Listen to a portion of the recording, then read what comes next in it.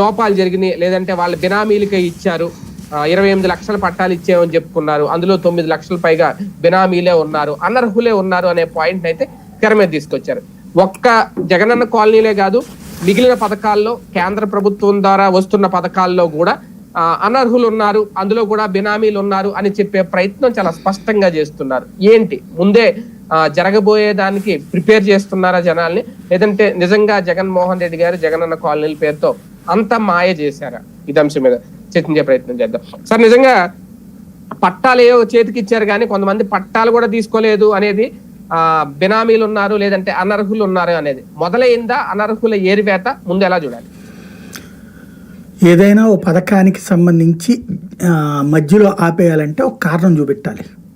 అవును, వాలంటీరు దొంగం చేసాం, వాళ్ళని అమ్మాయిల బ్రోకర్లను చేసాం, పక్కన పెట్టేశాం. పబ్లిక్లో పెద్దగా రెస్పాన్స్ ఏం లేదుగా. దెన్ సచివాలయాలు అవన్నీ వేస్ట్, అనవసరపు స్టాఫ్, డబ్బులు దండగా పక్కన పెట్టేశాం. దాంతో పెద్దగా జనం ఏం రియాక్ట్ కాలేదుగా. ఇప్పుడు అందులో ఇది 3వ వెర్షన్. ఇప్పుడు 2 రకాలు జరుగుతున్నాయి ప్రయత్నాలు. ఒకటి, రేషన్ బియ్యం మీదన చెక్ పెట్టడానికి కొన్ని కార్డులు తీసేయాలి.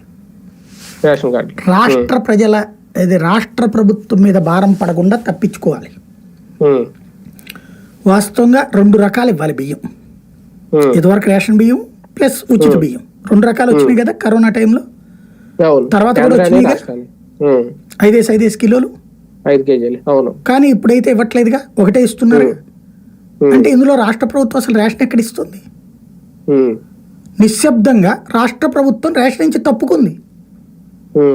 ఇవాళ